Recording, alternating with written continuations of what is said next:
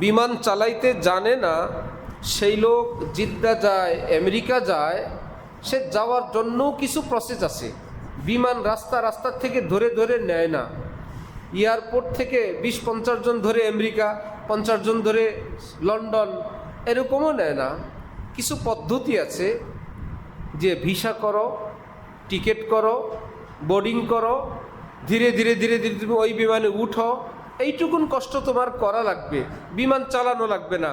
এইটুকুন করে যদি তুমি বিমানে উঠো, বিমান চালাইতে জানে, দীর্ঘকাল ট্রেনিং দিয়ে পাইলট যেই জিদ্দায় যাবে, আমার আপনার মতন একদমই বিমান সম্পর্কে কিছুই জানি না, কিন্তু visa, ticket, processing, boarding card করে ওই বিমানে উঠলে পাইলট যেই জিদ্দায়, প্যাসেঞ্জারও সে জিদ্দায়। একই সঙ্গে থাকা আরেকজন লোক, পয়সা আছে, বাড়ি গাড়ি আছে, জ্ঞান বুদ্ধি আছে, সে বলল আমি যাইতে পারলাম না, তুমি গেলা। ভাই আপনি প্রসেস করেন নাই, ভিসা করেন নাই, টিকিট বোর্ডিং করেন নাই, যেতে পারেন নাই। এই কথাটা কি অনেক বেশি কষ্টে বুঝার কথা না সহজ কথা? সহজ কথা কি না? ঠিক। আল্লাহর জান্নাত পর্যন্ত পৌঁছা, এর জন্য এই পৃথিবীতে আল্লাহ পাক কিছু পাইলট রাখছেন। সর্বশ্রেষ্ঠ পাইলট হযরত মুহাম্মদুর রাসূলুল্লাহ সাল্লাল্লাহু আলাইহি ওয়াসাল্লাম। ওই পাইলট যখন দুনিয়ায় ছিলেন, ওই সময়ের সব মানুষ জান্নাতি? নবী যখন দুনিয়ায় ছিলেন সব বেহেশতি? নবীকে যারা দেখছে সব জান্নাতি? জি না, প্রসেস করে নেই।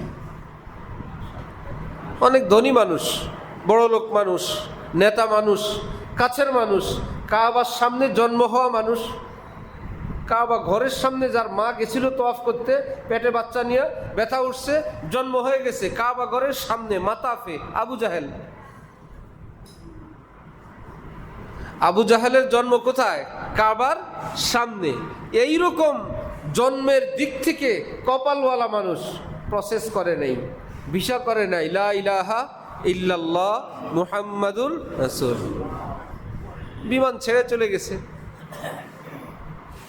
ভিসাও নাই, টিকিটও নাই, বোর্ডিং কার্ডও নাই, বহু চেষ্টা করছেন।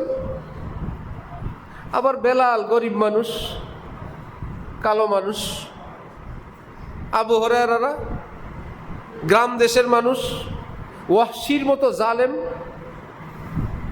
হযরত হামজার হত্যাকারী, শেষে কপাল খুলছে যে যা ভুল হয়েছে ভুল হয়েছে, এইবার একটু সোজা পথে আসি।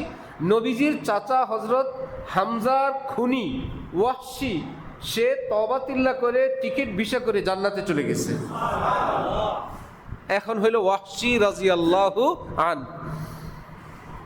আবু জাহেল কি রাদিয়াল্লাহ না লানাতুল্লাহ? আবু জাহেলের নামের ভিতরে লানত আছে। আবু জাহেল মূর্খতার জনক, মূর্খদের জাতির পিতা, ছিল শিক্ষিতদের জনক।